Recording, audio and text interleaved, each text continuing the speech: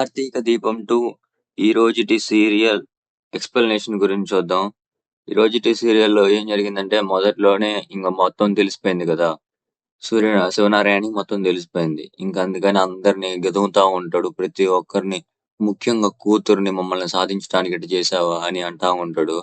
అప్పుడే కార్తీక్ అంటాడు, "నా తాతయ్య అమ్మకేం సంబంధం లేదు." అవును. ఎవరికీ సంబంధం లేదు. అందరూ కలిసే కదా నాటకం ఆడింది. ఒక్కరికి ఎట్ట సంబంధం ఉండిద్ది అంటా ఉంటాడు శివనారాయణ అయితే. ఇంక శివనారాయణ అయితే, "మీరింత చేశారు. ఇంక భరించలేను. నేను నా కోడల్ని ఇప్పుడే ఇంటికి తీసుకెళ్ళిపోతాను" అని గబాన్ ఎళ్తా ఉంటాడు. అప్పుడే కార్తీక్ చెయ్యి అడ్డు పెడతాడు. "ఏం చెయ్యి అడ్డం పెడుతున్నావు? చెయ్యి తీ. నేను తీసుకెళ్ళాలంటాడు." అప్పుడు కార్తీక్ అంటాడు, "ఇప్పుడు గనక నువ్వు అత్తని తీసుకెళ్తే తాత నువ్వు అత్త శవాన్నే చూసేది. అత్తని కాదు చూసేది" అని అంటాడు. ఇంకప్పుడు శివనారాయణకి ఏం అర్థం కాదు. "ఏందలా అంటున్నావు?" అని అడుగుతాడు. కార్తీక్ అంటాడు, "అవును తాత అత్త ఇప్పుడు మా వల్ల లేదు. ప్రతి ఒక్కటి కోల్పోయిన దానిలాగుంది. అన్నీ కోల్పోయిన ఆమెకి ఒక ప్రాణం కోల్పోవటం పెద్ద విషయం కాదు" అంటాడు. అప్పుడే దీప అనిద్ది, "అవును తాతయ్య నేను అత్తయ్యని కలిసినప్పుడు ఎలా ఉందంటే ఏది అంటే మొత్తం కోల్పోయినట్టుగా మొత్తం ప్రాణం కూడా విడిచేసేటట్టుగా అట్టుంది. అందరూ ఇద్దరిని నుంచి నేను కాపాడి తీసుకొచ్చినప్పుడు అత్త ఏమనిందంటే నన్ను వదిలేయ్ నా పాటికి నేను వెళ్ళిపోతాను అంటుంది" అని దీప అయితే శివనారాయణకి అయితే చెప్పిద్ది. అప్పుడు శివనారాయణ అంటాడు, "మరి ఈ పరిస్థితుల్లో ఉందా" అని నోరెళ్ళబెట్టుకొని అటని దిగులుగా చూస్తా ఉండడు. ఇంకా శివనారాయణకి గూడా ఏం అర్థం కాదు. మరి ఇప్పుడు ఏం చేయాలి అని అంటాడు. అప్పుడు కార్తీక్ అంటాడు, "అవును తాతయ్య అందుకే నేను గూడా చెప్పలేదు. కనీసం మీరంత బాధలో ఉన్నా గానీ చెప్పకపోవటానికి కారణం ఇదే.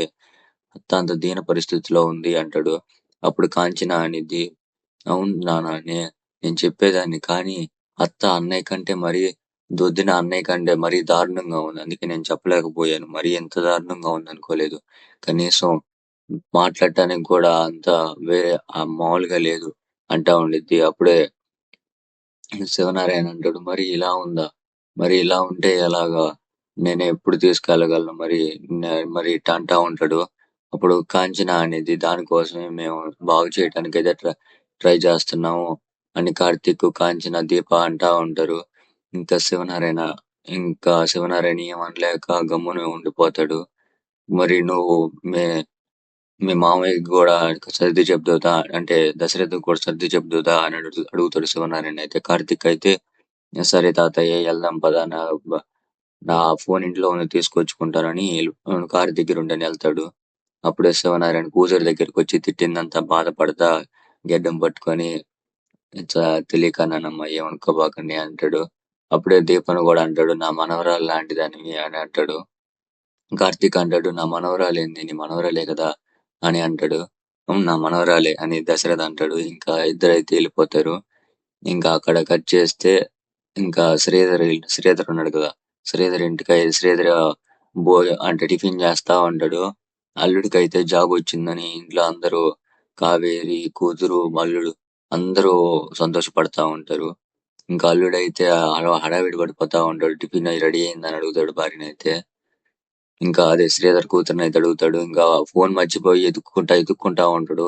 ఇదంతా కంగారు ఏందబ్బా అనుకున్నాను నేను. వాడికి జాబ్ వచ్చిందంట. ఎతుక్కుంటా ఉన్నాడు. ఇంకా సరే అని బయటకొస్తారు.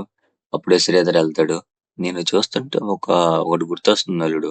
ఒక మహానుభావుడు చెప్పింది. సక్సెస్ అయ్యింది ఎప్పుడు తెలిసిద్దంటే మనకి తినటానికి తినటానికి టైం లేనప్పుడు కనీసం తినటానికి గూడా టైం లేనప్పుడు మనకి సక్సెస్ వచ్చిందని అంటారంట. కనీసం నీకు తినటానికి గూడా ఇప్పుడు టైం లేకుండా పోయింది" అని అంటాడు.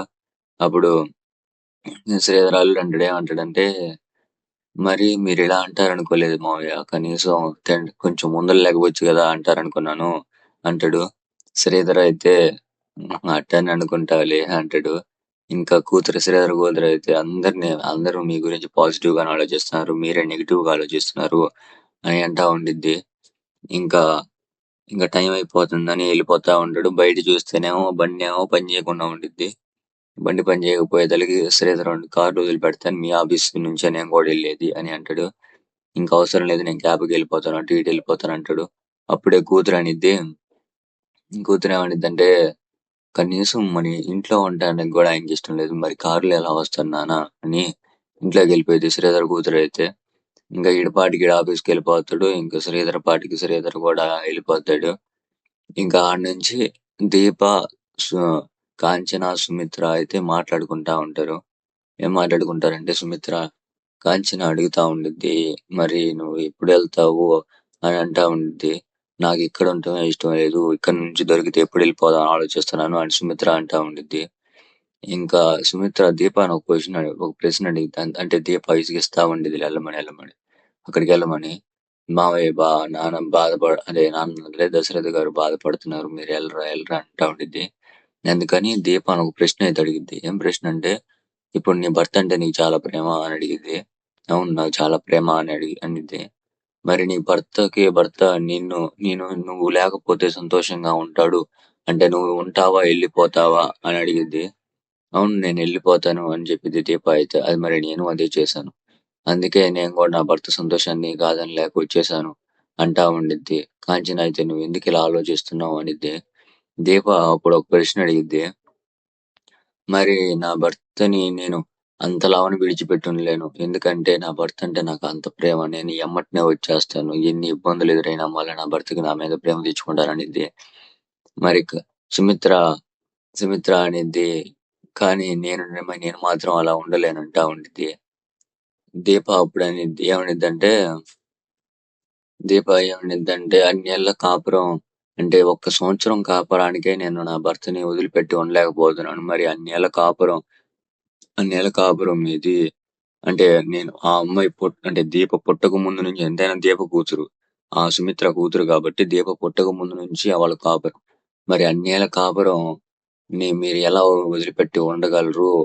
మాది ఒక్క సంవత్సరమే నేను వదిలిపెట్టలేకపోతున్నానంటే మీరు అన్నేళ్ల కాపురం నుంచి వదిలిపెట్టలేరు గదా!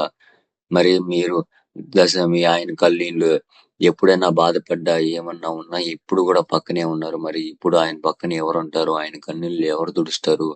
అని అడుగుతా ఉండిద్ది దీప అయితే. సుమిత్ర అయితే ఏం పట్టనట్టు ఆ దశరథ ఆ రోజు అన్న మాటలే గుర్తు తెచ్చుకుంటా ఉండిద్ది. కాంచన గూడా అడిగిద్ది. అన్నయ్య ఏం అలా ఉండడు అంటా ఉండిద్ది. అప్పుడు సుమిత్ర అనిద్ది. నేను గనక అసలు నాకు బ్రతకాలనే లేదు. అసలు ఉండాలనే లేదు అంటా ఉండిద్ది. అప్పుడు కాంచన అనిద్ది. మనిషి చనిపోవటానికి బతకడు కదా వదినా.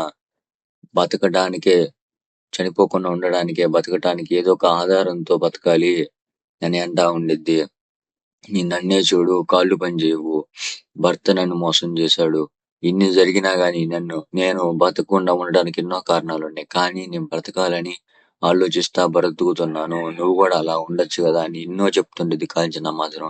కానీ ఏం పట్టినట్టుగా అదే ఆలోచిస్తా ఆ మైండ్ లోనే ఉంటా ఉంది సుమిత్ర అయితే. దశరథ ఆ రోజున్న మాటలే గుర్తు తెచ్చుకుంటా ఉంటా ఉండిద్ది. ఇంకా దీప, కాంచన కూడా ఏం చేయలేక సుమిత్రని ఏం అనలేక గమ్మునుండిపోతారు దీప అప్పుడు అనుకుంటా ఉండిద్ది. నాన్న అన్న మాటల నుంచి అమ్మ ఇంకా బయటికి రాలేదు. ఆ మాటల నుంచి ఎప్పుడు బయటకొచ్చిద్దో అప్పుడే అమ్మని సరి మంచిగా చేయగలను. మరి ఏం చేయాలి? ఏం అర్థం కాకుండా ఉందని సుమిత్ర అనుకుంటా ఉండిద్ది. ఇంకా అక్కడి నుంచి కట్ చేసి శ్రీధర్ అయితే కారులో ఎక్కడికో వెళ్తా కొంచెం టర్నింగ్ తీసుకుంటా ఉంటే అల్లుడు కనబడతాడు. అల్లుడు ఆఫీసులో ఉండాలి కదా! మరి ఇక్కడేం చేస్తున్నాడు? కనీసం పక్కనున్న అతను ఆఫీసుకు సంబంధించిన వ్యక్తిలాగా లేడే అని ఆలోచిస్తా అడుగుదాం అనుకుంటాడు. కానీ అడిగేటందుకు ఫోన్ చేస్తాడు. ఫోన్ చేయగానే ఏందల్లుడు ఇక్కడున్నావా అని పోయే లోపే "నేను ఆఫీస్‌లో ఉన్నా మావయ్య" అంటాడు. ఏందబ్బా అల్లుడు ఇట్ట అంటున్నాడు. నేను అడక్క ముందే ఇలా అంటున్నాడేందని ఆఫీస్‌లో ఉన్నారా? అంటాడు. అవును ఆఫీస్‌లో చాలా బిజీగా ఉన్నాను మావయ్య. తర్వాత ఫోన్ చేస్తా. చాలా బిజీగా ఉన్నాను. ప్రాజెక్ట్ మేనేజర్ పిలుస్తున్నాడు. చాలా బిజీగా ఉన్నాను అని అంటా ఉంటాడు. ఇంకా శ్రీధర్‌కైతే పూర్తిగా అర్థమైపోయిద్ది.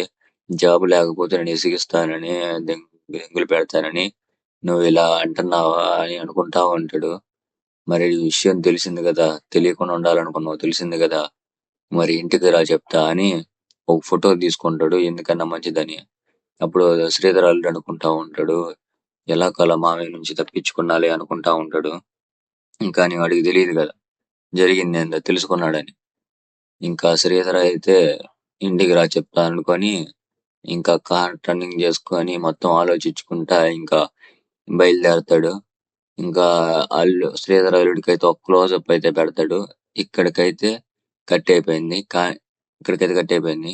ఈ ఎక్స్‌ప్లనేషన్ గనుక మీకు నచ్చుంటే నా ఛానెల్ ఖచ్చితంగా సబ్స్క్రైబ్ చేసుకోండి. మీకు ఎలా అంటే ఎప్పుడు రావాలంటే బెల్ ఐకాన్ అని ఒక ఆప్షన్ ఉండిద్ది. ఆ బెల్ ఐకాన్ ప్రెస్ చేయండి. మీకు నేనెప్పుడు పెట్టేస్తే అప్పుడు వచ్చేస్తుంటాయి అయి. మీకు నచ్చిందంటే లైక్ బటన్ కూడా ప్రెస్ చేయండి. చాలా మంది రీచ్ అవ్వడానికి కూడా అవకాశం ఉండిద్ది.